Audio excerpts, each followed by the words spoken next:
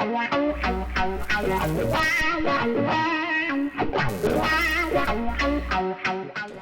welcome in to the first ever episode of the Grippin' and Rip It Sports Podcast with Stocks and Tops, where the takes are hot, but the hosts are not.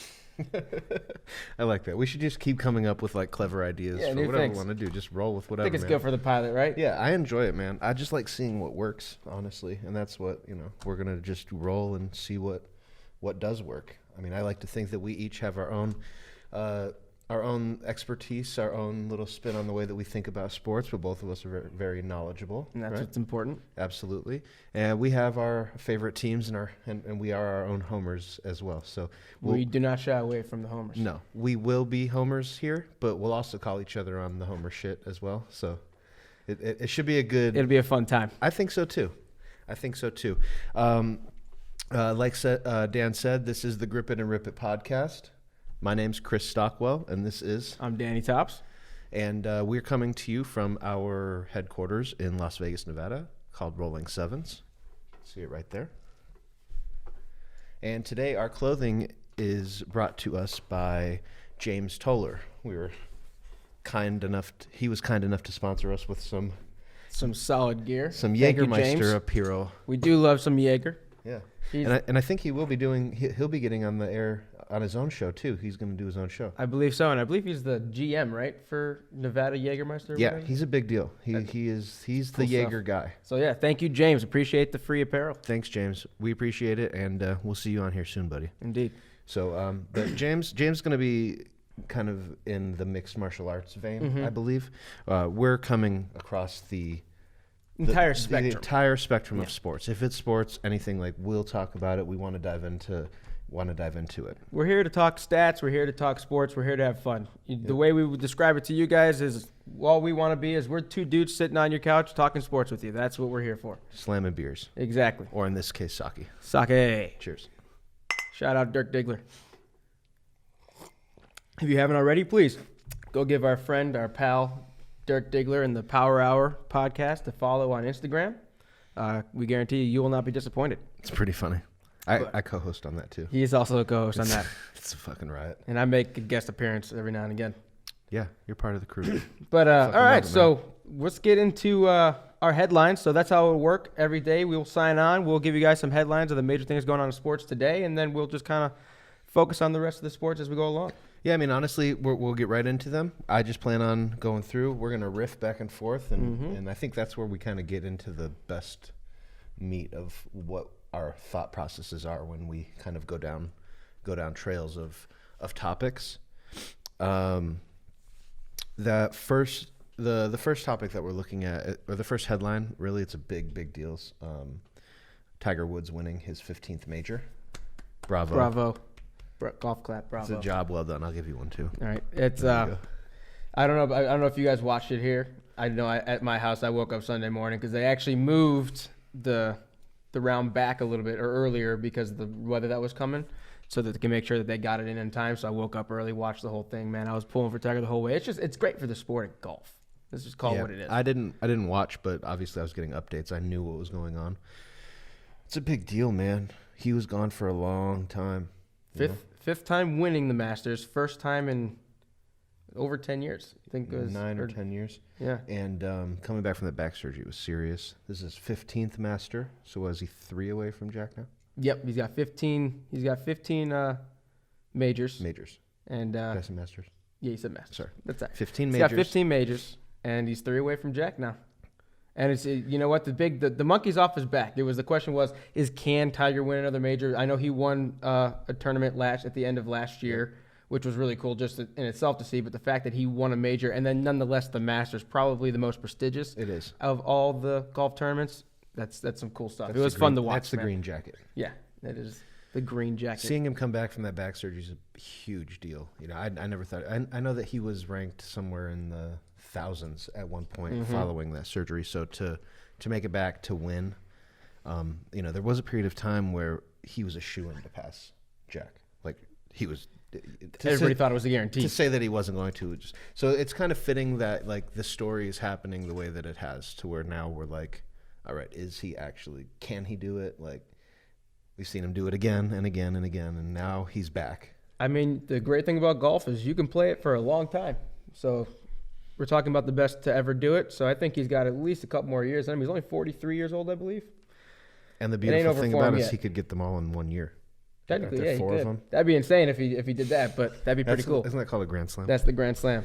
Has he done that before?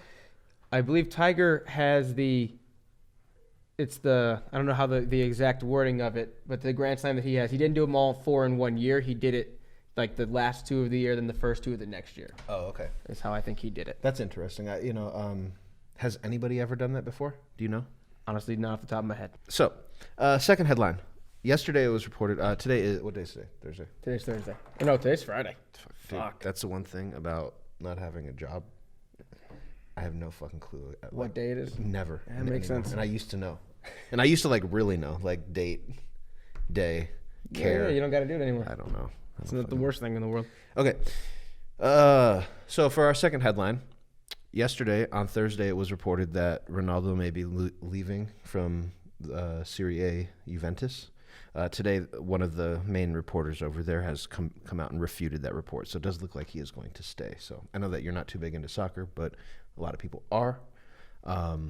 Obviously, Ronaldo is essentially the LeBron James of that sport, and we can't deny how big of a sport it is. It is massive. No, it was obviously being Ronaldo, it has to be in there. I was going to make the joke of, and here is America reacting to the news of Ronaldo staying with Juventus. Crickets. But like you said, it is true. I mean, soccer is the biggest sport in the world, so it's a very big deal, especially when it comes to the best player in the world. And so Juventus is a huge club. They're on the big stage. They always play in Champions League. So I guess he will be staying, at least for now. Give him how old is he? Like 30 now? I think he might be like 32. Give him 5 more years. He'll be playing in the MLS. Well, dude, when you get that money like Ibra, dude, hold up. That game, Ibra's first game in the MLS, is probably one of the most exciting games of all time. I would figure it's probably the most watched MLS game of all time. What I'm talking. You know the story. Yeah, did he score 2 goals or something?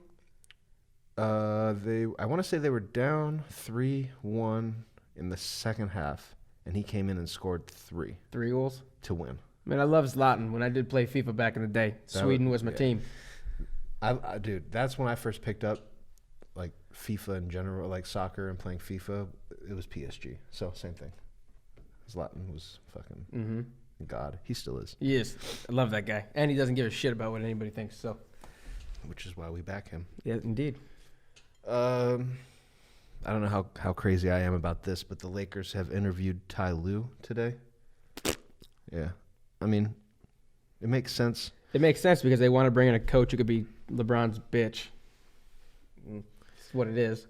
I'm not going to be a LeBron sexual, but I'm also not going to let you bash LeBron either, so just keep that in mind. No, that's fine. Okay. Keep me in check the best you can. But we're not arguing Michael Jordan today. You'd be lying if you didn't think that one of the major problems is the fact that LeBron James is a coach killer. I definitely think that has something to play with. It has something to do with it. Another problem is that there's allegedly nobody that has a higher basketball IQ than him. So how can anybody come in and be a coach? I'm not going to argue that there's not different. There's more than it's not the only reason. Different attributes. Yes, there's obviously a whole litany of different things that are going on in that organization right now. And if that's the case, I say let LeBron coach. Player coach, let him do it. Which from that standpoint, true. But from that standpoint and train of logic, I understand bringing in Ty Lue. Just because LeBron knows what he's getting, Ty Lue knows what he can get from LeBron or knows ways to get from him. And Ty Lue falls into the category of Lakers family. True. He won rings there, and that is a stipulation of being a coach of the Lakers. Like that is a thing. Like you have to have Lakers blood in order to be the coach. So that list is short. It's definitely a short list. And I mean, Tyronn Lue is definitely, like you said, he's got the Laker blood in him. He's a decent candidate. He's going to control what he can control. LeBron likes him. So this is what I would call it. It's the safe pick. It's a very safe, strategic pick. You're not doing something crazy. You're not going out on the limb, trying something new. You're bringing in the guy that going with somebody who hasn't won before. He did. He has one too. So, I mean, granted, it's with LeBron. So, did LeBron carry him? Yeah. Yeah, but LeBron has carried fucking everybody. Yeah. Forever. So, I think that I kind of, it feels like they're settling. But what else are you going to do? There's no like break the bank. There's not going to be like a breaking news like, oh my God, the Lakers signed so and so. Can't believe it. Get Phil Jackson back. That'd be the biggest thing that they could do. It's the only thing. That would be. And Phil Jackson's not coming back. I don't think so either. No, but that'd be pretty cool. I would actually be excited for that if he did. Yeah, but Kobe's not coming back, so Phil isn't either. Bring in Michael Jordan to coach. You would forever hold that against LeBron in his arguments, even though you were just wishing for him to be a player's coach. Are you kidding me? That would put me on like a higher like LeBron fan level, because then like there's no argument anymore. It's like LeBron wins rings and then Mike's right there with them, so it's like LeBron couldn't even win a ring without Michael Jordan. Oh my God, that'd be so great. Oh, fuck you. I would love it. All right, what's the last headline that we got? This has been ongoing for the last couple days or so. But I want you to enlighten us a little bit and go into a little depth here. Tim Anderson for your White Sox. White Sox. So that's why you're going to take this. Gotcha. Your White Sox. So okay. Tim Anderson was thrown at after hitting and admiring a home run. Mm-hmm. I seen. There's a typical benches cleared. Brawl ensues. The pitcher got 5 games. Mm-hmm. And Tim Anderson, Keller, I believe. Yeah, and Tim Anderson got a 1-game suspension for epithet. Yes. So, not the bat flip. He didn't get suspended for the bat flip. He got suspended for the epithet. So this is becoming a common, recurring theme. This happened last week. What is an epithet? An epithet is a descriptive phrase that you would call a specific person. So what did Tim Anderson say? Keep in mind, I am of the white pasty skin tone. Pasty. I like to call it rose or peach. Specifically, I can't say exactly what Tim Anderson said, but from what I've read through ESPN sources, it was weak ass fucking N-word. And he called the pitcher that? He called Brad Keller that, yes. Yeah, well, I mean... So the entire situation, as it broke down, Tim Anderson hit a monster home run in like the 3rd or 4th inning. Mm-hmm. He admired it. He flipped a bat. He watched it as it flew. And then the next time he was up, he got beamed in the hip or in the leg. Well, I mean, dude, that's a big no-no, too. But, I mean, this also piggybacks right off of what happened last week with Derek Dietrich and Chris Archer. Mm-hmm. Same thing. Dietrich hit the ball into McCovey Cove. Watch that shit sail out. Next time up, Archer threw at him, and then before we knew it, Puig was fighting all of the buccos. Yeah, and that was pretty cool to watch. But I guess it depends on where do you fall in the line of the unwritten rules of baseball. You have the historians, the old white guys who want the game to be played the exact way that it was played back in the 1920s, and then you have an entire new breed of player that are coming in. It's not the same game that it used to be. So it just depends on where you fall on that line of what's allowed and what's not allowed. Personally, me, I say be better. Don't have your ball hit 400 feet, and then you don't have to watch the guy in the box look at it. Guess what, Brad Keller? I'm going to tag you in this, and I hope you're watching. You're a bitch. Okay, so in looking at baseball, we've got Jake DeGrom actually has landed on the DL. With what has been listed as, actually it was known that his elbow was barking. What does that say to you? I mean, you have a little bit of baseball background, so. I mean, if someone told me that their elbow was barking, I would feel like that means that they just there's like a shooting pain through their elbow.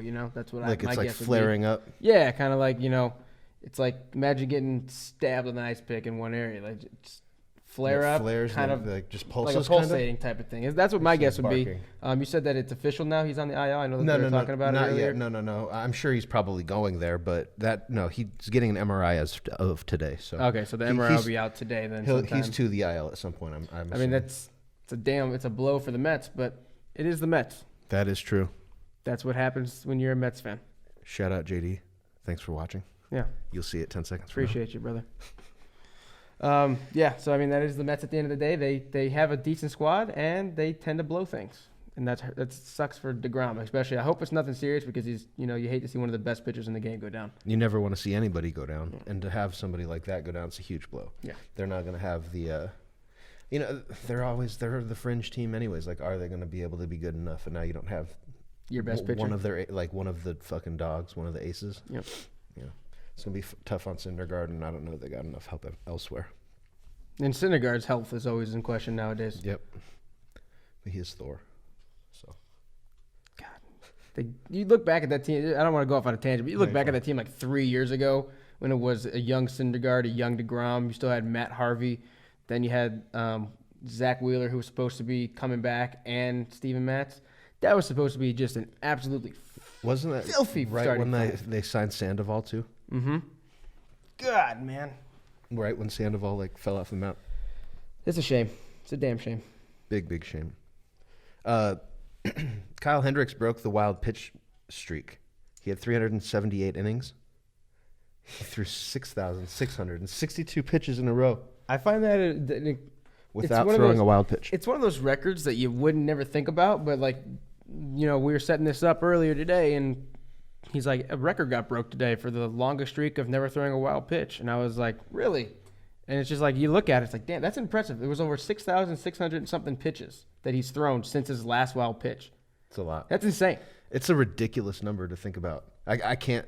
Like he didn't throw one ball in the dirt or just completely miss on one pitch. That blows my mind. Dude, we played softball for 2 seasons or 2 seasons, and we didn't throw the ball 6,662 times at all. Not even close. We didn't even do that. No. This dude pitched that much. That's, he's averaging over 180 innings a year, and, you average about 10 to 20 pitches per inning.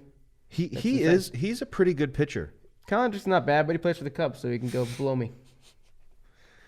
The homerism. Oh, yeah. Right at you. We're going to get into that here very soon. Yes, we will.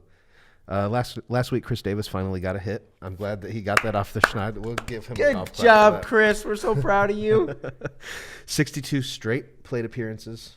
He had an atrocious window, dude. He you know what? 99 for 605 with 255 strikeouts. This is my beef with that. Batting average .164. This is my beef with that. I was talking to a buddy of mine actually the other day about it, and I don't like the fact that we're all of a sudden counting record or we're keeping streaks from previous years and letting them continue in. I get that he went, what was it, 0 for 66? Mm-hmm. Okay, but it was 0 for 30 something last year at the end of last year, and then it continued into this year. No, the streak ends. It's the end of the year, and it starts up again. That does take it's not fair. A little pain. I guess you could say that's not fair. But yeah, still, it's still a different year. It's a completely different ball game. It's not the same streak. Just like with Whit Merrifield's, I think he's got a hit streak going or some on base streak. I don't know what it is right now of 30 something, 40 games. But it was the last 20 games of last year, and then this year. I want to see a Luis Castillo run, right in the heart of the season where he'd go for 60 hits straight. Go for the record, right? Mickey Mantle's 56 games. 56. Yeah, Castillo's up there, bro. I remember he was chasing it one summer. So yeah, that's how I feel about that. Not Mickey Mantle, Joe DiMaggio. Yeah, Joe DiMaggio, 56. Thank you, Tony Reali. Stat boy. Yeah, 62. 62. Yeah, Luis Castillo's up there too. You can Google that shit. Yeah, I promise you. 47, I think. Something like that. That was that Marlins. It's 56 games, but it is Joe DiMaggio. I fucked that up. Yeah. So Chris Davis's hit list streak did finally come to an end. Yeah, it was a long ending. Took 60. You know what? Plate appearances.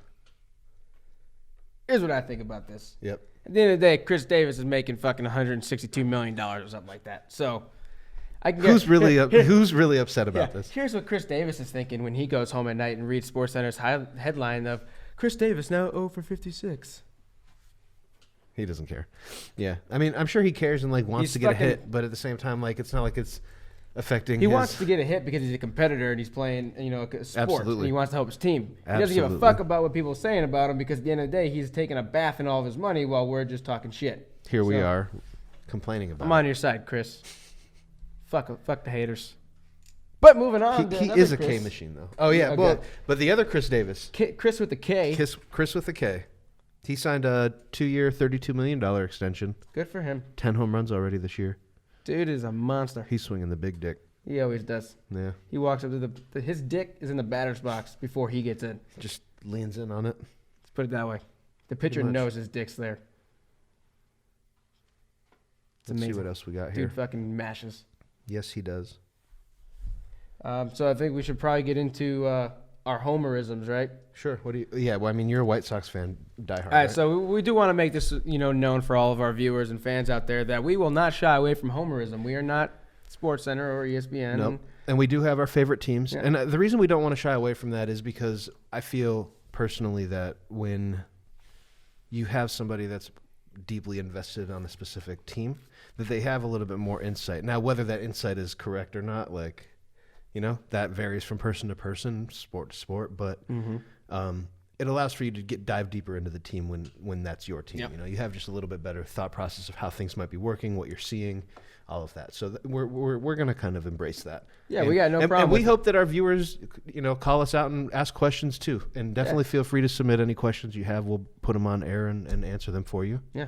Let us know what you guys want to know, and we will answer them on the air for you guys. We would eventually like to just do this live and then take questions. That'd be really cool. Live also. We need to get there first, but we can do it, and I think that we should push for that. So speaking on homerisms, we're going to stay with baseball real quick, and we're going to give you our predictions. Yep.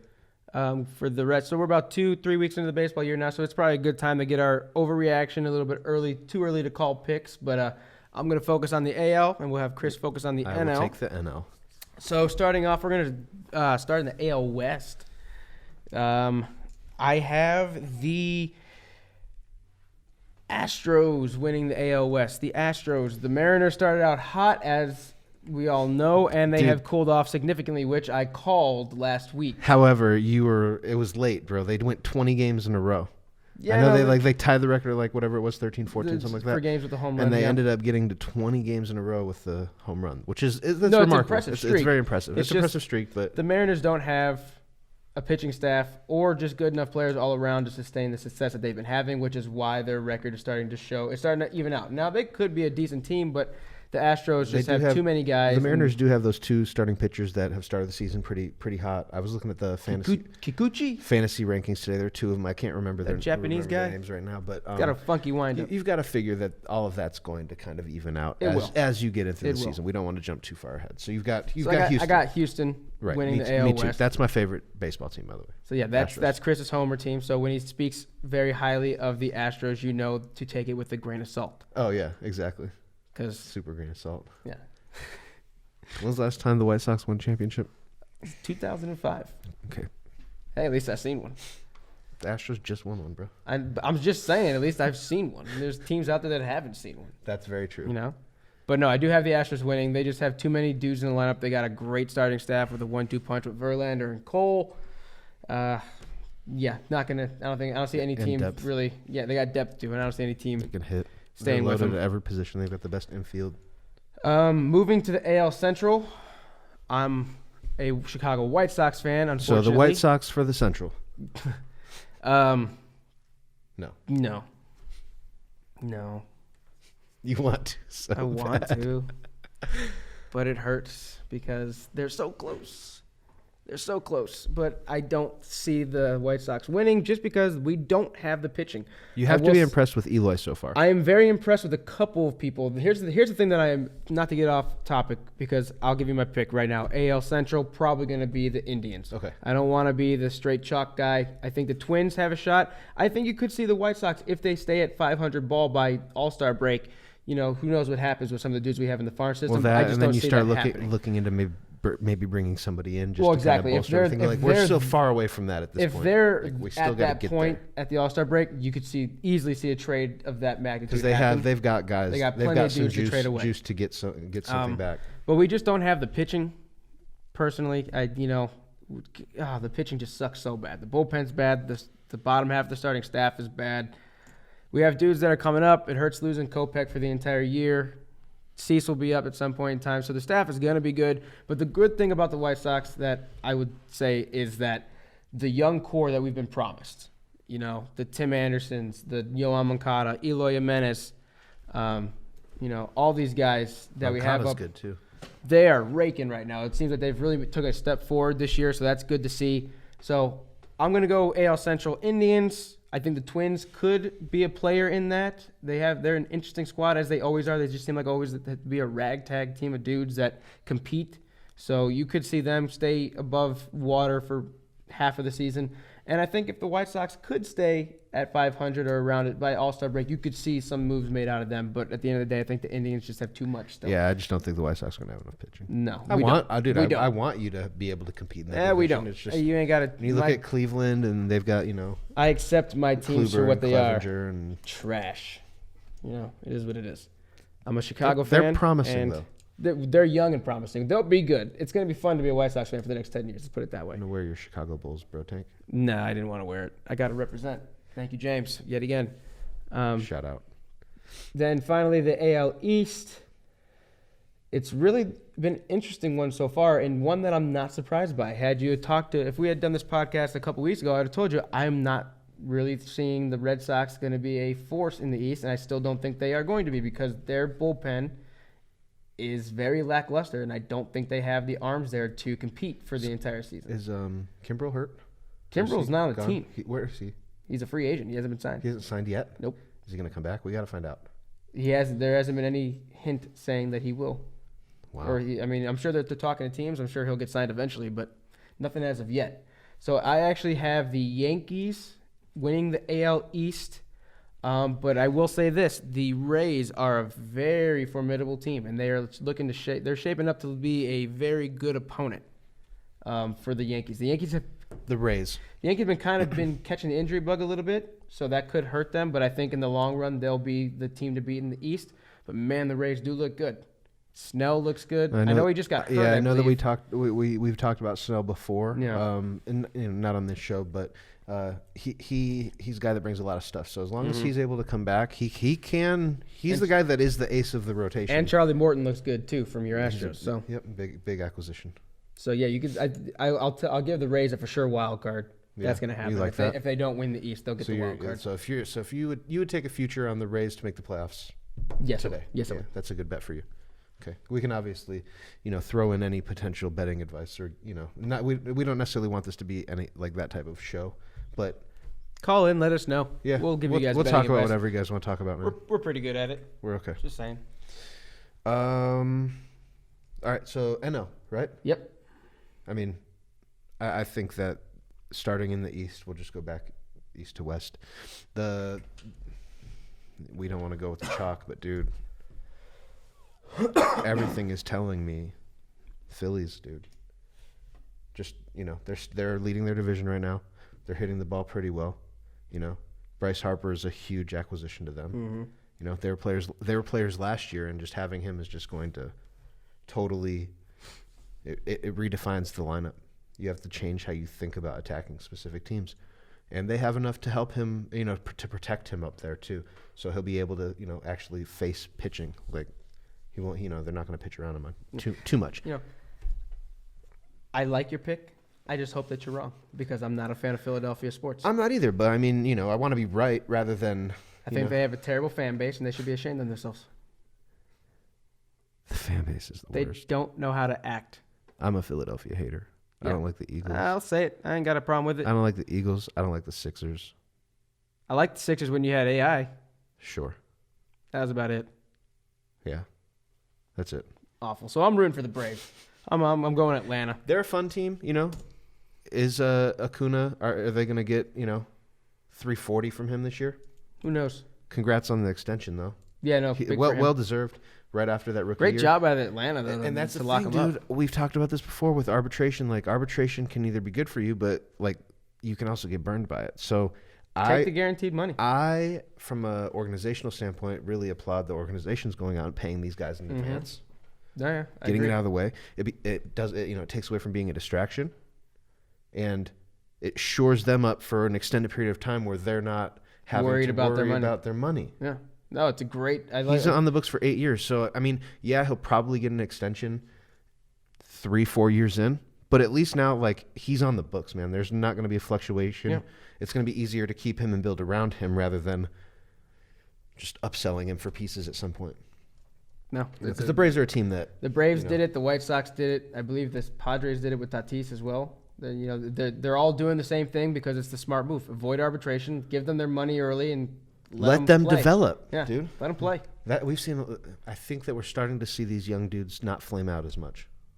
Not the ones that are supposed to be the the dudes. Yeah, like there was a window where it was just like, Baseball's always gonna be a crapshoot, but the guys that are supposed to be dudes, they're showing out, and that's good to see. the NL Central. I've got Milwaukee. I don't see the Brewers not winning that division. Good. They're fun to watch too. Yelich is a beast. Yeah, I like the Brewers. We can go into we're gonna give Cy Young and MVP predictions or picks as well. Yelich is mine to win again this year. I totally see your point, and just to be different, I'd say Cody Bellinger, just the way he's playing right now. But He's ripping the shreds off the yeah, ball, dude. both of those guys are having fantastic seasons thus Yeah. far. We'll see if they can sustain it. Yep. I don't know. Here, you want to know my Yeah. hot take for the NL Central? Sure, please give me it because I have nothing, dude. The Cubs win less than 80 games, and Joe Madden's fired by All-Star break.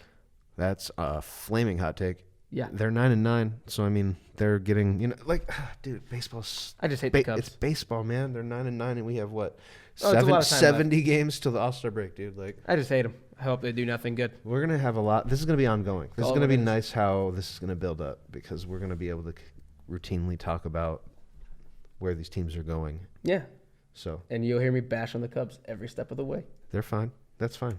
I'm good. Brewers, baby. Brew crew. I think they're gonna win. I think so too. They're too good. That lineup is Yep. filthy. If Jesus Aguilar could bring his head out of his ass and start hitting the baseball again, that'd be nice for my fantasy team. There's Him with a fucking keeper pick. he will, man. He's hitting like 130. He hasn't even hit a home run yet, dude. You weigh 260 pounds. It's not even hard. We're gonna get off this podcast and he's gonna have hit one. You're gonna be fine. He's not in my lineup today. I've been benching his Yeah, ass. you're gonna be mad. You should have talked to me beforehand. Nah, I got Luke Voigt and okay. Ryan Healy in there. Ryan Healy with 2 bombs yesterday. Big day for you, buddy. Love it. In the NL West, Come watch Dave Ortiz. That's all I was thinking of the whole time. Like, oh god. and today in the Cubs, and today in All the the Cubs closing. today in watch the Cubs.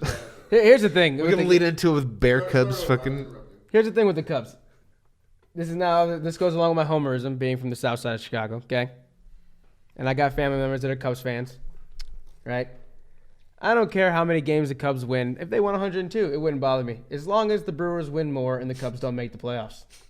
That's all that matters to me at the end of the day. I love the logic. Yep. I love the logic. It's crazy that you can't even want them to be good. No. God, no.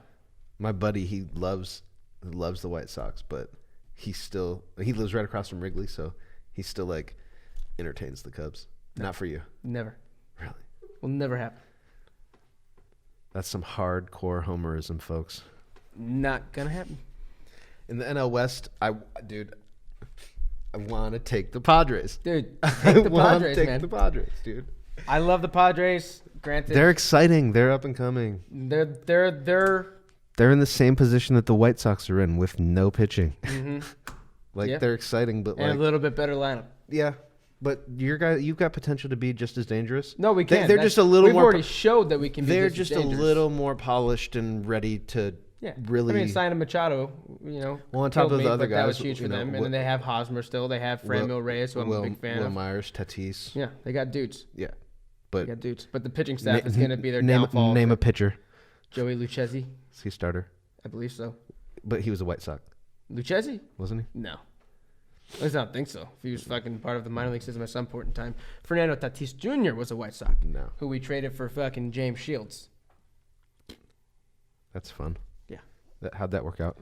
Not so hot. Where's James Shields today? But I'm not too upset about it. Tim Anderson's playing great, so Was he part of that deal also? no, Tim Anderson Oh, wasn't. but you I'm just saying traded because traded Tatis because you had Tim Anderson. I don't think that's what they did it for, but we'd have a problem. We'd have Tatis and Anderson, who are both shortstops. Now, that's not saying that That's one what of I'm them saying. wouldn't go play a different position. But but that's what I'm saying. They had Well, Anderson. Tim Anderson so was higher up in the organization And than ready Tatis to go. was. Yeah. Tatis, this That is makes sense. Anderson's third year in the majors already. makes sense. So Yeah, and he's doing fine. He's doing great this year. We'll see if he could hold on to it. And you got to. That's the thing about baseball is you got every sport, but you really've got to keep going. There's so many flash in the pans of baseball where it's like bang, bang, bang, bang, bang, and then. So let's hit the Cy Young, huh? Oh, I'm not taking the Padres.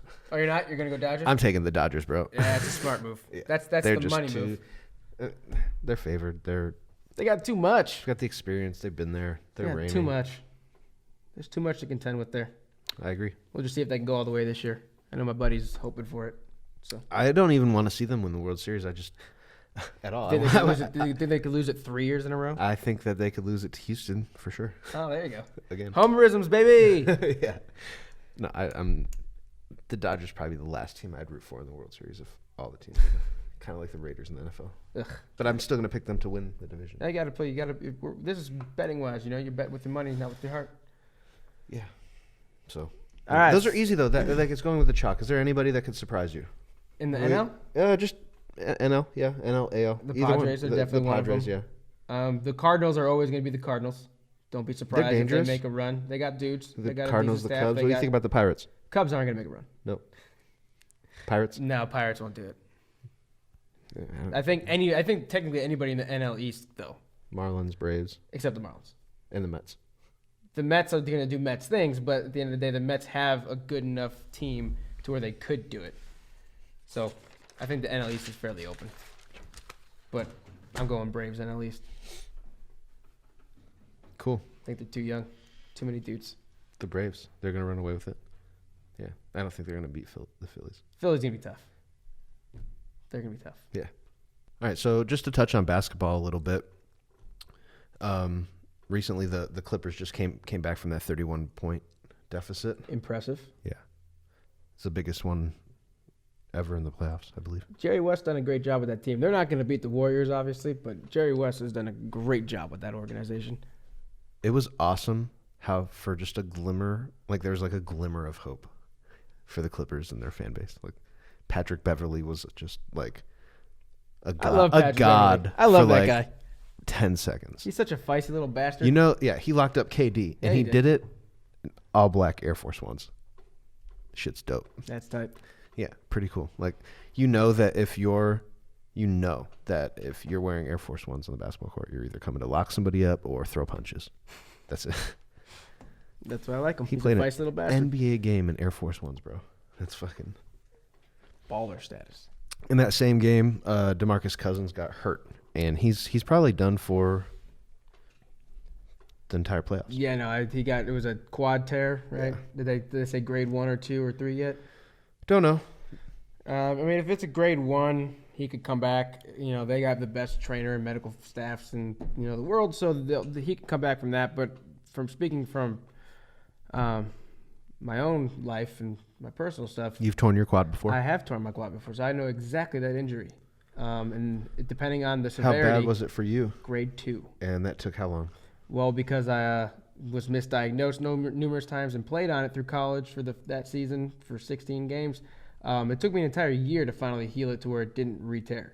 Damn. But if you do it the right way with the proper medical staff and because they're shutting him down, he's not just going to come out and play tomorrow. Exactly. So he's not going to be doing anything on it, and they'll be working with him to get him back. Some physical If therapy. it's a grade 1, it could be about 3 to 4 weeks to be back to close to full. If it's anything higher than that, it's usually around 8 to 10 weeks. I mean, ask LeBron. He had a grade 2 tear in his groin, and look at how long it took. He wasn't even perfect when he came back. LeBron's a different species, man. DeMarcus Cousins is not the physical specimen that LeBron is. No, but that's what I'm saying. Is look at LeBron. He came back 6-7 weeks, and he's supposed to be out 8, and he was. I mean, he wasn't. And it was the more same. serious than was led on the entire time too. But I don't know. It's not likely he makes it back. You're right. It's probably he's going to be in the same scenario that he was this offseason. They'd have to make it to the finals, which they're going to do, and we'll see what happens there. But they might not even need him to come back. Let's call it what it is. Man, this is the Lakers just needed to make it into the playoffs. Because this is the fucking bump that Golden State needed to be beaten. But Houston can't do it. No one's going to do it. OKC can't do it. OKC's not going to get out the first round. Yeah, Portland can't do it. Portland's going to beat OKC. Sure, but they can't beat the Warriors. No one can beat that. And this is why basketball's been such a turnoff for me this entire year. The Lakers can run with them. Yeah, not in the playoff time. They can in the regular season, but in a 7-game series, they're not going to run with them all 7. They need a guy. They need another guy. But yeah, I mean, it's the Warriors, and that's about it. It's a shame that that's what it's come to. It's a shame that that's what Adam Silver's let happen to the league. I think all this super team and playing with your friends has ruined the game, and I think they need to put a stop to it. That's my opinion. Nah. If you disagree, fuck you. I don't think that should be stopped at all, because regardless of what you want to say about like LeBron and D Wade and Bosh going together, like that shit was fun to watch. They were on a different like page than everybody else. Like they got it. They figured out how to work together. Like that's cool to see like superstars come together and share like that. Like something special is made. Like that's cool, dude. The reason I don't Warriors like is a different situation where you've got Kevin Durant snaking his way into championships, and like that's fucked up. That's what I was gonna say. Is listen, I mean, granted, yeah, I don't even actually blame LeBron James necessarily. I blame the 2008 Celtics. The Warriors needed Durant because LeBron just came back on them. It was Ray Allen and Kevin Garnett going to the Celtics that started the whole super team trend. Dude, now LeBron all of them, magnified it with the Heat, but the Heat were still beatable. All the eras have super teams, dude. None of them ever were created by, say, two best friends calling each other, say, "Hey, we should join forces and go play together." Don't do that. It's what it is. It's what LeBron James did. He called Dwayne and said, "Hey, Dwayne, we should be friends and play on the same team." And then Dwayne was like, "Yeah, let's call Chris, see if he wants to play too.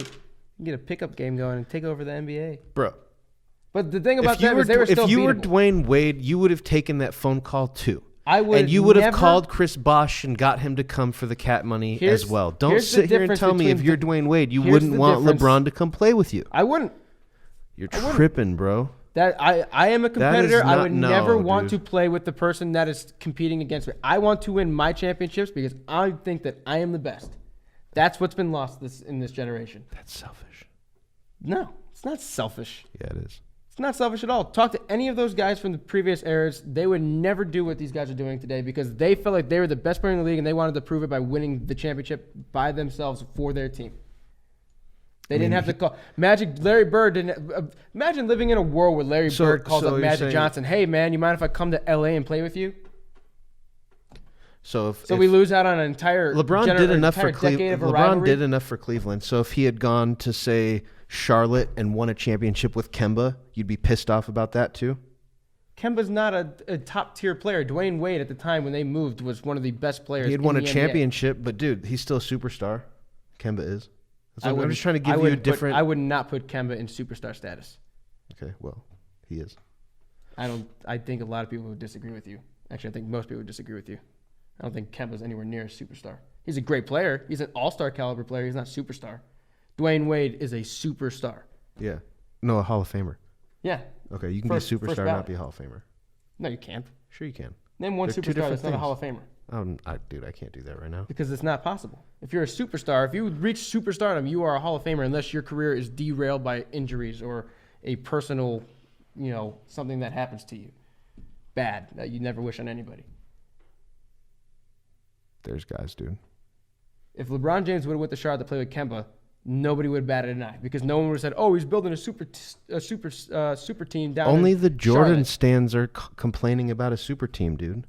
I'm not even complaining about LeBron's super team. I said that the Heat were formidable and they were a beatable opponent. I said that the team that started it was actually the 2008 Celtics. I said LeBron would they magnify it because it was LeBron that did it after that. I said that is what is ruining the game now. Who are we mad? But who are we mad at? Why are you mad at LeBron for that? You're the one that started talking about LeBron. I literally said back in the beginning that it was the 2008 Celtics. I know. And then I said that LeBron magnified it. And then you're the one that went on the LeBron tangent about, well, what if he went down to Charlotte and played with Kemba? Sure. That's my point. That's what's ruined the game. It's all. Why has that ruined the game? Because it's not fun to watch the NBA anymore. Here, you want to know what's going to happen in the NBA playoffs? Larry Bird had Kevin McHale. Larry Bird had Robert he didn't Parrish. have to call up Kevin McHale to get him to come play with him. And he went, but Jordan didn't have to call up Scottie Pippen to get him to come play with them. Magic didn't have to call up Kareem to get him to come play with them. No, but wasn't Kareem already there?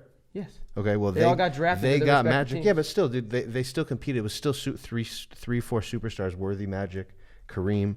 Yeah, and that's why it was so much fun to watch the NBA back in the 80s. Okay, so because they there were created teams that they created an environment of competition and there were rivalries. And the way the lottery system's set up right now, you can't have that happen through the draft because players come in, they get too good, they take their teams.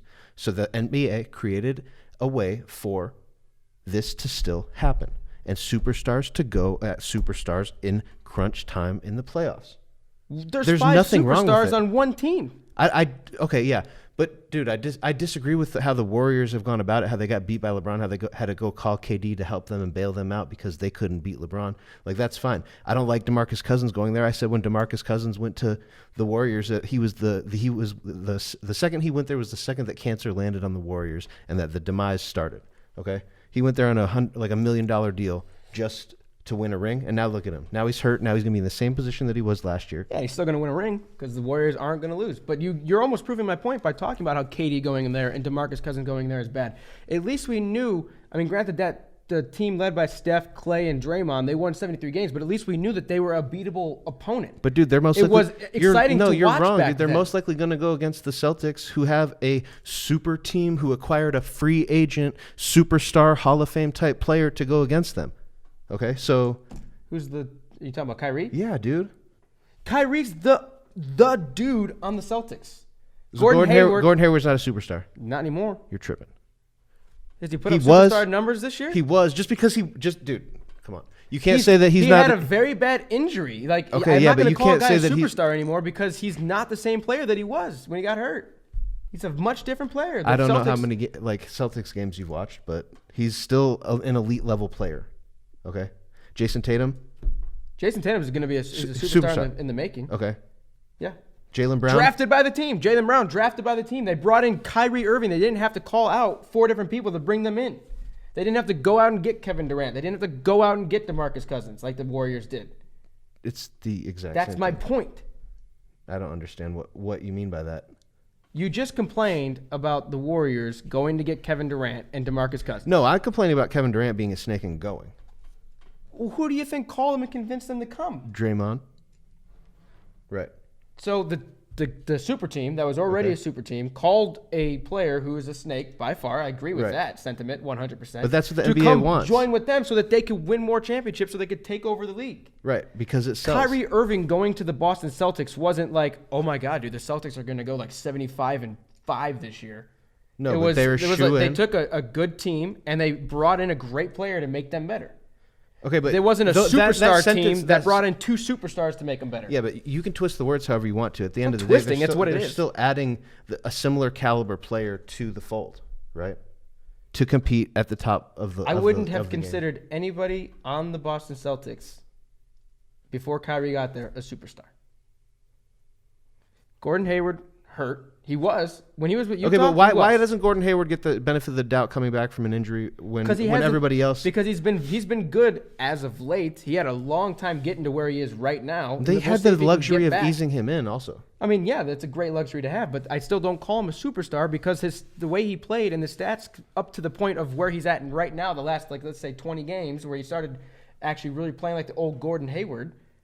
Okay, so you have him, wasn't a superstar. Jason Tatum is a young player who's got a lot of great potential, who showed out in the playoffs, but before the playoffs, was anybody really on this Jason Tatum train of, oh my God, this dude's going to be the next best thing? They said, no, he's a really good player and he's playing well. It wasn't until he went off in the playoffs and took the Cavs to 7 games that it was like, damn, Jason Tatum's the real deal. Okay? You have Al Horford, who's old. You got Jaylen Brown, who's looking like he's going to be a really great role player unless he leaves the Celtics to go somewhere else. Okay. There was no superstar on that team that was like, oh, by Kyrie going here, this is a super team now. And they've proved that throughout this season. It's more than a super team, dude. You just named 4 guys that count. All those guys would all be top-tier players on any other team in the entire NBA. If they were a super team, then how many games did they win this year? 49. 49. Is that a super team quality? I mean, when you breezed through the regular season knowing that it's the playoffs that matters. They're coming out and smacking Indiana right now. Who's Oladipo? Less sure, but still. You said what I was going to say, so I don't have to say it. Well, dude, I just think congrats. You're beating up on a team that was good, and the only reason they're in the playoffs is because the one dude that's not playing. I'm just saying. I get it. These super teams need to die because it's not a competitive league anymore. It's not fun to watch. You know what the ending is going to be. But we don't. Really? You want to bet right now that the Warriors win the championship again? No, but all I'm saying is that you don't know. But you do. I mean, DeMarcus Cousins just went down. They have nobody to protect the paint. They'll be fine. I'm just saying. There's a reason the Warriors have been to the last 4 championships, NBA championships. Is it 4 or 5 now? I forget how many years it's been because they've been there so many damn years in a row. It's been 4. It's been 4. Yeah. And it's going to be 5. DeMarcus Cousins and no DeMarcus Cousins, because without DeMarcus Cousins, they were fine. They just got better with him. Then they just signed Andrew Bogut. Yeah, they're going to be just fine. They got a 7'2" center who's going to be Andrew fine. Bogut is the savior. It's not a savior, but he's going to protect the paint. It's one thing he was good at his He can't entire even run time. up the court, man. Doesn't have to, as long as he can get into the paint. Doesn't matter how long it takes him. You can't run up the court. How are you going to get They into the could paint? run 4 guys on offense and let Andrew Bogut stay back on defense and sit in the paint, and they'd be just fine. Okay.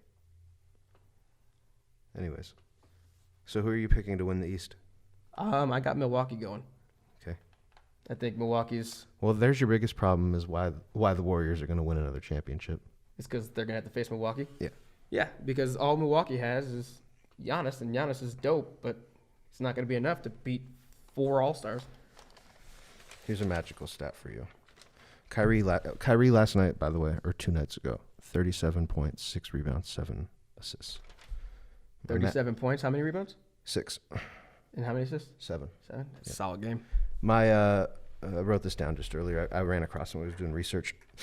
Kyrie Irving has the highest playoff win percentage, active and all time, the highest in NBA history. Does he really? Over 50 games played. Damn. It's impressive. 76%. Yeah, Draymond is second. Clay is third. Steph is fourth. Yeah, it's just because Steph was there for those early Warriors years. But yeah, So basically they got the only guy that qualifies as a superstar to load up on a super team to go after them. Boston. Yeah, I'd give you that. Thank you. That's fair. Well, yeah, it was a trade. Who did they trade for? Picks? I'll tell you that. Isaiah Thomas. I'll tell you that right now. It's Danny a Ainge swindle is and the a best. half, dude. Danny Fuck. Ainge is the best GM in the league, by far. The way he's assembled that team and how he's done it with stockpiling picks and bringing in Kyrie with the trade and all.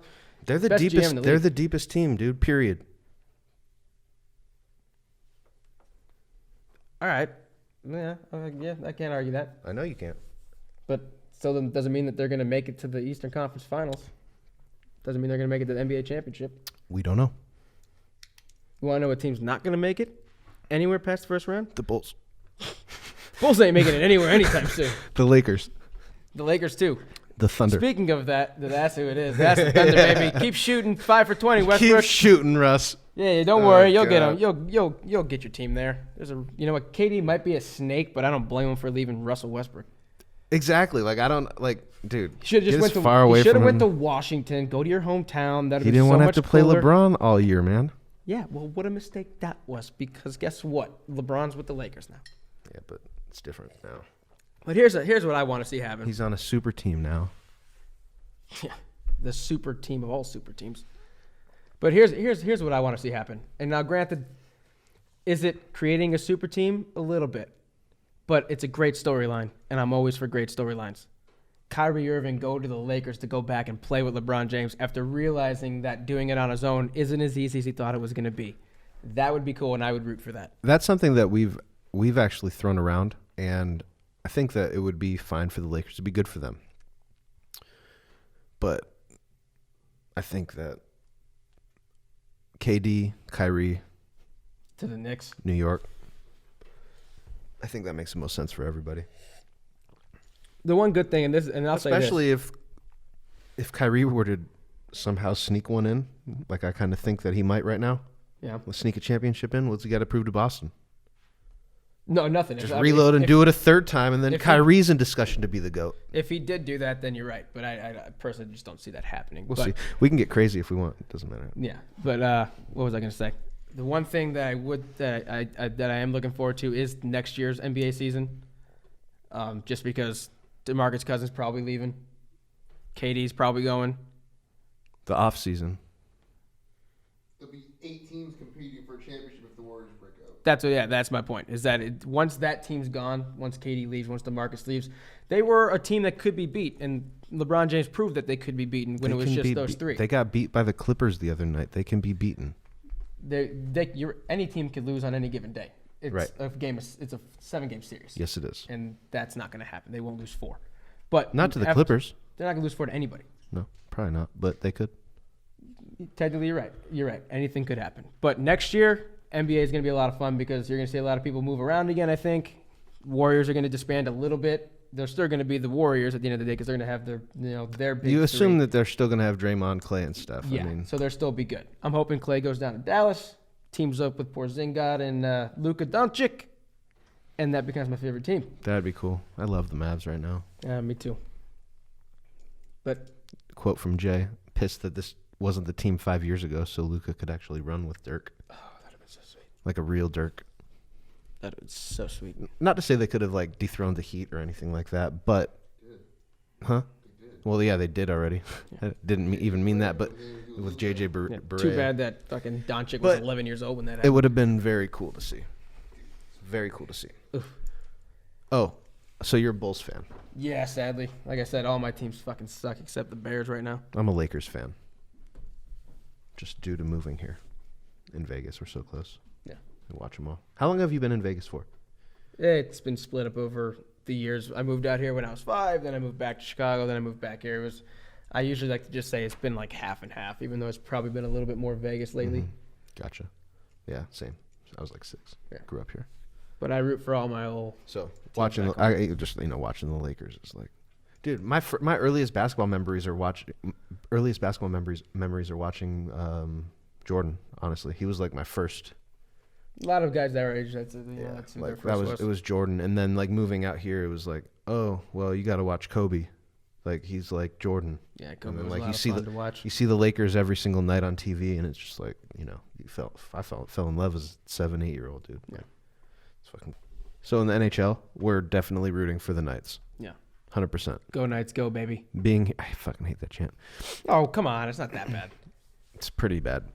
But that being said, I still fucking love this team. They're my favorite. Like, dude, it's so exciting. It makes hockey cool. Like, hockey's cool, but like having some like a home team for you to be able to root for. Mm-hmm. Yeah, no, man, it's awesome. I love having. I mean, I've never been a huge hockey person. I mean, I was a Blackhawks fan back home, but that was by association. Pretty much. Like I said, never was really big into hockey, but the fact that Vegas didn't have any teams, now we got one. I had to become And a it's fan. the And first. it's awesome to root for, you know? And it's a brand new expansion, and they're good. Yeah. They're exciting and they're dangerous, man. Exciting, dangerous. They got some great players that are very personable, that they do a lot for the city, too, Dude, which is great. I'll tell you, that line, that Stone, Pacioretty, Stasny line is lethal. Stone was nominated for the Selke Award. Yes, he was. That's huge. Big for him. Well worth the trade for God, yeah. Brandstrom. I know that he's the top rated defenseman. Yeah, we'll see how he pans out. Right now, we got a guarantee in Dude, Mark here's Stone. the thing: this team's dangerous. If we get to the Stanley Cup again, or fucking win it, regardless of who Brandstrom becomes, he could be one of the top defensemen in the league for 5 years, and it's still worth the deal. It was Stone is dominating. Always make it worth it. Stone is He had dominating. a hat trick in what, game 3? Yes. Yep. Game 3, I believe. Can't. It's either 2 or 3, but either way, home Sunday. Yep. The 21st. Game 6. Need to win that one. Yeah, we don't want to go back. Don't need to go to game 7. We don't Let's want to just go end it in back to 6. San Jose. Just get out of there, take care of business, and Let's go up and move 5-0. Then hopefully Reeves can punch Kane in the face, and then we can go home. sounds like a timeline for the rest of your evening. Yeah, right. God, I love that guy. I was at game 4, and after game 2, if you guys don't know, Reeves and Kane fought, and Reeves. I don't want to say that he beat the shit out of Kane because Reeves got one really good punch in that hit the face mask of Vander Kane.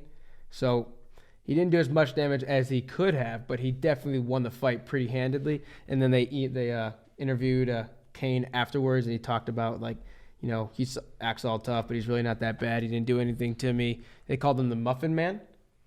And if you didn't watch the game, they played Baby Shark after. That was the best thing about the whole thing was after he slammed Kane down to the ground. Yeah, they and started it was playing obvious Baby that Shark. that Reeves won the fight. That they played the Baby Shark song like right after when they were getting like thrown out because there was not enough time for them to serve the penalties. They just got thrown to the locker room, but they're skating off. So fast. that was awesome in itself. But shout out to whoever the Knights PA guy is that does the music because it's pretty good. Game 4. Reeves catches Kane on like a little bit of I don't know if it's like a breakaway, what you would call it, but he checks him into the board real hard. Kane goes down. It was great. The crowd goes wild, and they started playing the Muffin Man song.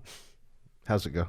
I don't know, man. Do you know the Muffin Man? That the song, Muffin dude. Man, It was, the Muffin Man. Yeah, they started playing it, and then the crowd Do just you went know nuts. the Muffin Man? So Do you? Kane's probably still, in his mind, he's trying to save face by like saying that.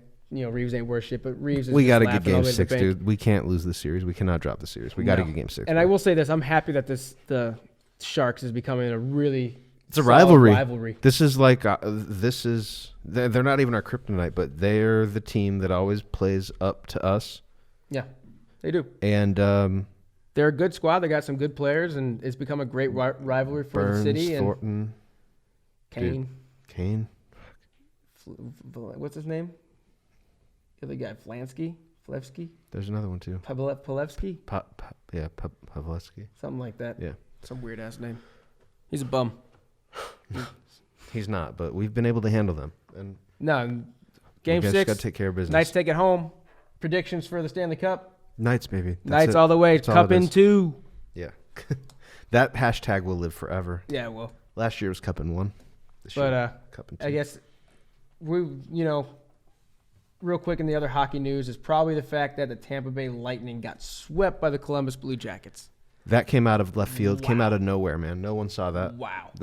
Tampa's always, they've got all the players, they've got all the superstars, and they routinely beat up on teams and run up the score. And they got swept by what's looked at the best record of all time in NHL history. and they were beaten by what's looked at as an average hockey team. They swept, totally swept, like obliterated, wiped off the map. Which is great for the Knights because if we can get to the Stanley Cup, that means that's one less team that they got to face. And It's gonna be the Caps again, bro. dude, rematch from last year, that'd be one hell of a time. And I would actually not be looking forward to it because I think the Capitals know how to beat the Knights. So I don't know if our game would change very much there. So rooting We against just gotta the hope Caps. that line, dude. Hopefully that line makes a big difference. Those are the 3 guys that we have this year that we did not have last year. Yeah, We were missing that superstardom, and they got it on the second line that's for where sure. they've got it now. So, So briefly, we're just talk about the NFL real quick to wrap up here. nothing too big going on in the NFL at the moment, at least. No, I mean, we've draft got coming the NFL draft coming up next Thursday, and then the schedule dropped today. Yes. Oh, yesterday or Wednesday. Yesterday, Dropped Wednesday night. today, yesterday. It's all the same. Yeah. Just dropped. Some of the noteworthy games, week 1. The Thursday night game.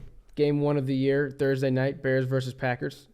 That's a big deal. Why? It's the 100th anniversary of the NFL, and the Bears and Packers are the oldest rivalry in the NFL, so they want to play in Game 1.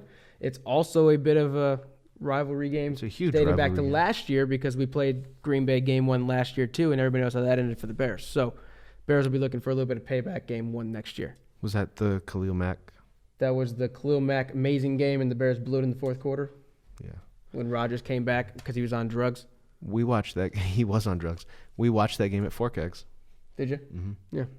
I mean, I feel like they should take that win away from the Packers because they illegally doped up Aaron Rodgers to make him play the game. But, that's none of my Was business. it illegal? What they give him, Molly or something? I don't know what they gave him, but apparently he was played on happy, a yeah. broken leg, so they gave him something good. Yeah. Fucking Aaron Rodgers. He's one of the best, man. He's a piece of shit is what he is. You're a hater. Go read the Bleacher Report about Aaron Rodgers. Oh, I believe it, but I'm just saying, I'm not even talking like, I you're respect. talking about, like outside of being a Bears fan. I respect his hater. greatness. You're just a. I respect his greatness as a football He's player. not a great human being. He's a piece of shit human being. Yeah, That's what I'm I've heard that too. But I was just calling you a hater based on your.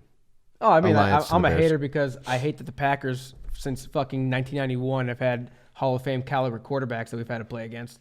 So, yeah, I'm a hater in that aspect. But, Is Trubisky a Hall of Fame caliber quarterback? I mean, after 2 years, I can't make that assumption. But I will say he's the best quarterback that I think the Bears have probably had since Sid Luckman. Since Jay Cutler. I love Jay. God, I love the man. But, God, he sucks so bad when he was with the Bears. There's only so many years you could live off of reading the defense, seeing triple coverage, and saying fuck it. It's just not going to work out that often. It'll make you go a little gray after just a while. When he was 24, 25, 26 with Denver coming out of Vanderbilt. You're kind of thinking like, oh, he might learn something. He might learn. He might not throw into that window. He had that fucking fire in his arm. He was able to make that triple coverage pass. But then he starts hitting 29, 30. Those balls just, those 59, 60 mile per hour balls that he was throwing, those missiles, they become like 52 and 50. And doesn't work as well when you try to throw in a triple coverage in the NFL. Nope. So I love the guy. Glad that he's doing great with the Calaveri show. It's giving us great content. It's a great show. But no, I think he was a pretty shitty quarterback for the most part of his Bears tenure. Major notables week 1, Steelers, Pats, and Chiefs, Jaguars. You look forward to anything in there? Probably Steelers, Pats. Yeah. That's always a great matchup. I'm curious to see how the Steelers are going to come out with. I think that they're going to be super dangerous just because now they have all of this distraction beyond that, behind them. The distraction, the locker room problems are gone. I feel like that's going to be like an internal, that team's going to have a fire inside them and just come out and just. I think you're right. I think the one problem that they could run into, and this isn't by any means a guarantee or a prediction, is Roethlisberger still going to be Roethlisberger? He's getting older. Eventually, time catches up to everybody, unless your name's Tom Brady. So. Is Ben Roethlisberger a Tom Brady caliber person who could play to his 41? He showed it last year. He showed it the year before. He's always been dangerous. Always been hard to bring down. He's always been able to escape out of the pocket. But he still showed last year that he had it. So I'm just treading on until I see that he doesn't have it. That's fair. That he's still Ben. That's fair. He's still Ben. And I'm not gonna, like I said, I'm not gonna deny it or take it away from him. That's just my. Everybody else could be at a different place, but right now he's still Ben. I'm not worried about that. But dude, 4 weeks in, we could He takes a lot of shots. We could be talking about something different. It could be different, one. and that's the best thing about this. The narrative is going to change. Yep. And we need to change with it, and that's the main thing. What are some other notables that we have? Chiefs, just Chiefs Jags. Jags. That's week 1. Oh, we're just talking week 1. Yeah, that's that's the only one that jumps off the page to me, really. Like the Browns played Tennessee. Yeah, that's lame. Browns have a little bit. Browns have 4 primetime games. Yep. We've got week 2, week 3, week 5, and week 11. Week 2 is against the Jets. Week 3 is against the Rams. Week 5 is against the Niners, who have not won a championship since 1994. And subtle dig at the producer of the show. There's a reason. Subtle. And the Steelers week 11. So, those are the primetime games. Those will be good to see Baker. I've got them going 1-3. 1-3. 1-3 in those games. Hey, everybody's going to be. So you're going to have them beat the Niners? No, actually, I got them beating the Jets. I think they lose to the Niners. I think the Niners are going to surprise a lot of people this year. The best thing about the NFL is that the Browns could literally go 4-0 or 0-4 in those 4 games. Yeah, but I'm going to tell you this right here. Here's a way too early to make prediction for the NFL. The Browns are not going to be as good as people think next year. ESPN has their schedule prediction at 11 wins and 5 losses. That's insane. That is absolutely insane. I mean, I think it's all based on, do you believe in Baker? I know that, I do. The coaching infrastructure that's there is not necessarily very experienced. I do believe in Baker, but this is what I think is going to happen with the Browns. 1, you have a year's worth of film now on Baker Mayfield and the entire offense. 2, teams are not going to overlook the Browns anymore. For the last 4 years, the Browns have been absolute, utter trash, dumpster fire, terrible. You would look at them on your schedule and say, oh, well, okay, there's an easy win. Yeah, but at the same time, teams aren't going to be looking up to or at them like you're going to play the Steelers or the Patriots or the Cowboys. I think that they still might not, you still might not have that happening. I feel like, they're not going to come in under the radar, but I think that that's a dangerous team.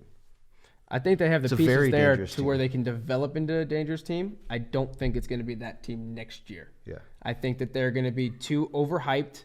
I think that people are going to figure out how to beat them. So then I think Mayfield still needs to grow. Yeah. I mean, dude, all of that stuff's accurate. And I'm curious to see how. And it's still the Steelers' division, even though the Ravens had it last year. I mean, I'm not a believer in Baltimore long term. And what you're saying about Baker applies far more to Lamar Jackson, anyways. So I'm not worried about the Ravens. I think it applies to both of them equally. I think because they're second-year quarterbacks. A mantra of the game is that But at least Baker sophomore can make slump is a at least legitimate Baker thing. can make reads and actually throw the ball to a window. Yeah, he can. Okay, so what happens when teams take away the zone read? Oh, no, I'm not. That's what I'm saying. I'm not denying what you said. I'm simply stating that I think it's the same for each of them. At the end of the day, what's going to happen with the Ravens and what's going to happen with the Browns and their respective quarterbacks is that defenses are going to know how to scheme to take away Baker Mayfield's strengths, which is something that they couldn't do last year. And teams are going to be able to scheme against the Ravens the same way. Being good on your legs, I think, works better in the favor of Lamar Jackson rather than Baker Mayfield having a really good arm next year. I think the better quarterback, and I think throughout their careers respectively, Mayfield is going to be far, far, far better. Yeah. I think there's going to be a learning curve because I don't think Lamar Jackson's ever going to be able to throw the football Right. like a good quarterback. I think the Mayfield's going to have a tougher time this next year. That's what I'm saying. And that his feet will get him out of more situations rather than Baker Mayfield will. Sure. That's what I'm saying. Yeah. We just need. It's like everything, dude. It just the time has to unfold. But I'm rooting for him, baby. I love Baker. Yeah. That's my dude. I mean, I want them to do good. Crotch I really grabs do. all over the field all day. Let's do it. I think that they're right on the cusp. I think that they're closer than you might think. But again, you know, No, they could come out and surprise that people. Steelers team is just they're. And the they've Ravens been there, defense man. is And nasty the Ravens too. defense, and they're And they going to be only able to got run better. the ball. They're going to be tough. So we're looking at that the AFC North being probably one of the tougher divisions in Yeah, all I'd say so. football. Most competitive, anyways. Is it time to move on to the end segment? Everybody's favorite segment of the day? Just the last thing that we have to touch on is that the John Gruden That's right. sent his scouts home already, early, ahead of the draft. Yeah, he didn't want his scouts being there for the draft because I believe the article said that they didn't know who can be trusted. So their board's being leaked. So they just had to Something like that. cut Yeah. everybody.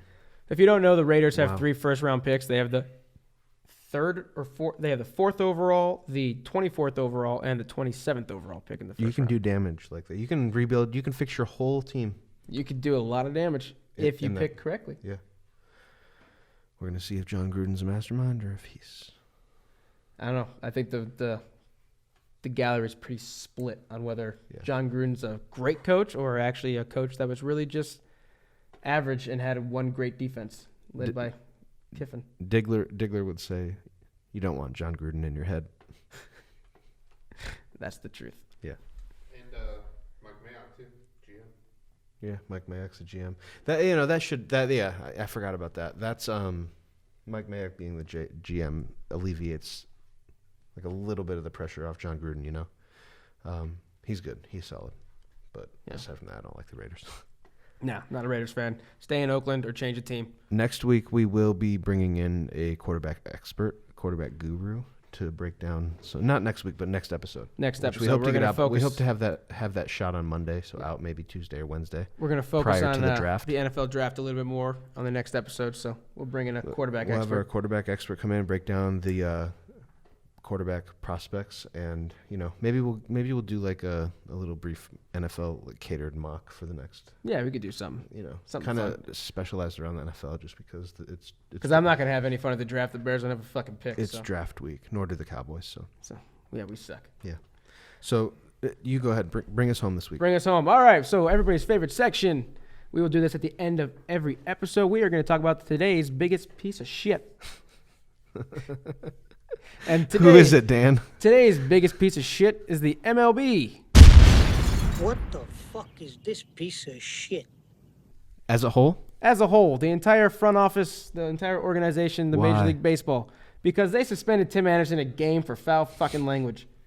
How unbelievably pussified can you be? You know how many people get pissed off because at the NFL because of the whole concussion and the hits thing and it's getting soft. Now all of a sudden in baseball, it's a fucking sport that some consider to be dying, whether there's any truth to that or not. We can't even fucking say bad words because it hurts somebody's feelings. Fuck out of here, man. Because Tim Anderson said the N-word. He's black. Yeah, he's allowed to say it if he wants to. So fuck MLB this week. They're the biggest piece Fuck of shit. them for suspending him a game for that. Like, I don't think any of them should be suspended. Not even the pitcher, right? Not even the pitcher. Let him throw at him. Fuck it. If It'll he- drive ratings. It will. I say this, and I'm a big proponent of this. I say we let them fight in all sports, like hockey. I want to see them fight in basketball again. Yeah, basketball was a much better sport when people could fight. Imagine how awesome baseball would be if, you I beat feel like in somebody baseball, you and have they to- charge. you've gotta- It is what it is. You've got to go to war though, like with the bat. Like if you throw at the bat, like at the batter, like he should be allowed to bring the bat. That might bring a suspension. Don't throw at him. Be like, How fucking, about that for an unwritten rule? Be like Bryce Harper and fucking throw your helmet Throw like your a helmet right at him. bitch. And it's pathetic. God, I wish Hunter Strickland would have beat his ass. So if you were in the show and if you got a chance to pitch to Bryce Harper, you would just throw at him. No, I don't throw hard enough. Highest I ever got clocked at was 88. Oh, That's not going to do any damage. no, he would eat that and laugh. Yeah. I wasn't a pitcher. But I'll tell you what, I'll take Hunter Strickland's fastball to fucking McCovey Cove. Yeah, That's what I would have done. I believe it. I've seen it. I could hit. Yeah. But funny thing, I forgot what I was going to say about it, though, was the biggest, if you remember, if you guys even remember that fight, the Hunter Strickland Bryce Harper fight, I do. the worst fucking damage done at that entire thing wasn't even between Hunter Strickland and Bryce Harper. It was Jeff Samardzija and Matt something. I can't think of his last name anymore. When they came in, they're on the same team. They ran to go get to the fight, and fucking Samardzija's football Notre Dame wide receiver ass ran over fucking Matt, whatever his Like last name stepped was. on him. Naughty dude, he ran him over. Gave him a concussion. He practically ended his career. Wow. It was that bad. Good stuff. Okay. Let well, him fight. That's gonna be a wrap on Grip It and Rip It today. We did grip it and rip it. Yeah. Yes, we did. And Yeah. we will do it every every time. single time. Feel free to please like and subscribe any platforms. Definitely give us all follows, inbox us questions. Anything you guys want to know, let us know. Let us know what you want to see. We'll bring it to you.